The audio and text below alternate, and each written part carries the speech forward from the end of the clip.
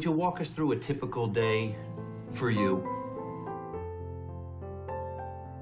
You must learn to handle the negative. Don't ignore it, handle it. Now, I know some people teach the other way.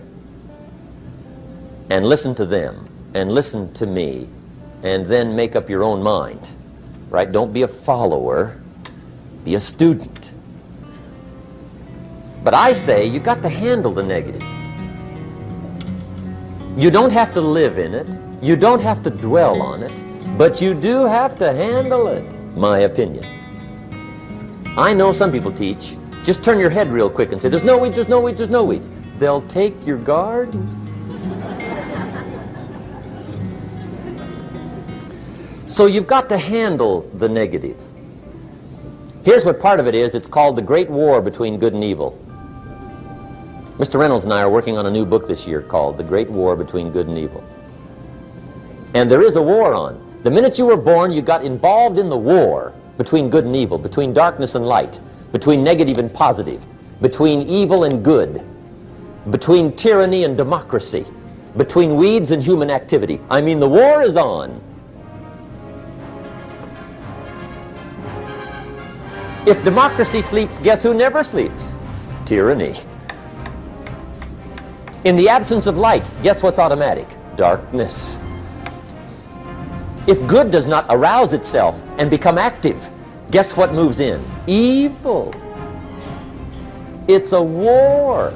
A mental war, a physical war, a financial war, between enterprise and ease, between accomplishment and failure. It's a war. That's why there's an Old Testament phrase that gives the best advice for human activity when it says, 6 days labor, 1 day rest. Now, I'm sure we've taken that to mean, don't work all 7 days, take one off. Here's what it also means, only take one off. Or you're liable to lose the war. Now, we've got it down to 5 and 2, and maybe that's not too dangerous, I don't know. If God would have thought of 5 and 2, he might have made it 5 and 2. I don't know. You can't think of everything. But here's what it does mean. Enterprise is better than ease. If you rest too long, the jungle overtakes the village. Now here's the good news about the war between good and evil. Evil is no match for good, but good must be active. Weeds are no match for human activity, but if you stand still, how far in will they come? All the way. They'll grow right up around your shoes. But if you get busy, how far back can you take them? As far as you wish. They're no match, but you must be active. That's why the 6 and 1. Make sure you're not losing the war by taking off too much. Guess what the average years are after retirement? 6. 6.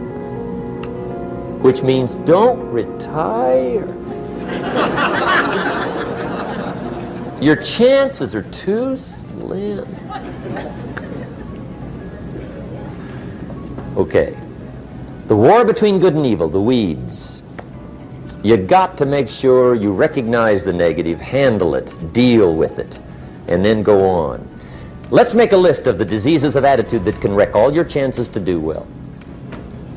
One of the words that destroys everything is called neglect. Neglect. And I found this out. A week of neglect could cost you a year of repair. It isn't worth it. So what to be on the lookout for? Here's the list. If you were making it, you'd have the same list I've got. Right? We're not covering anything new tonight. This is a reminding session, not a teaching session. But it doesn't hurt to go over it again. Here's the list. Attitude diseases. Number 1 is indifference. The shrug of the shoulder. The guy's not even concerned. He's just drifting. This is called the mild approach to life. A disease known as mildness.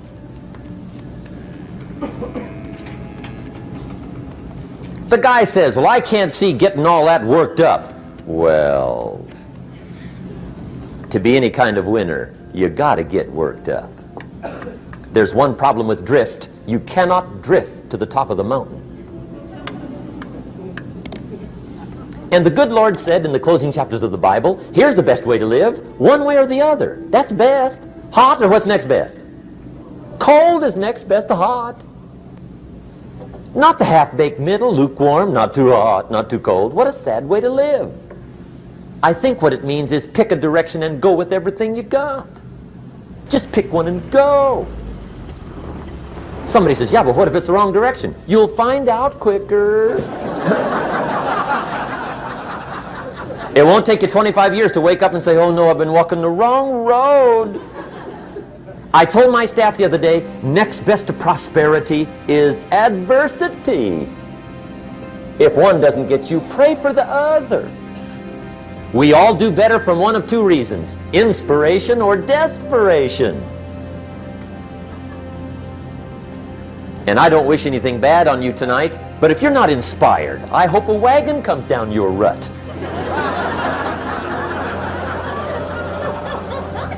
Whatever it takes to get you to try harder, read more, set your goals, and go for it. Somebody asked me one time, what quality would I pick if I wanted to work with somebody? And you know what I picked first? Number one, strong feeling.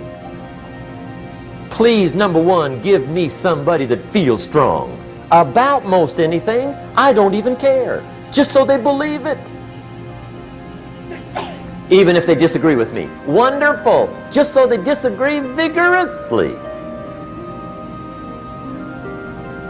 I'm not saying it's easy to win those kind of people to your point of view, but I'd rather do that than to try to resurrect people from the dead. Pump them up every month. Pump them up, pump them up.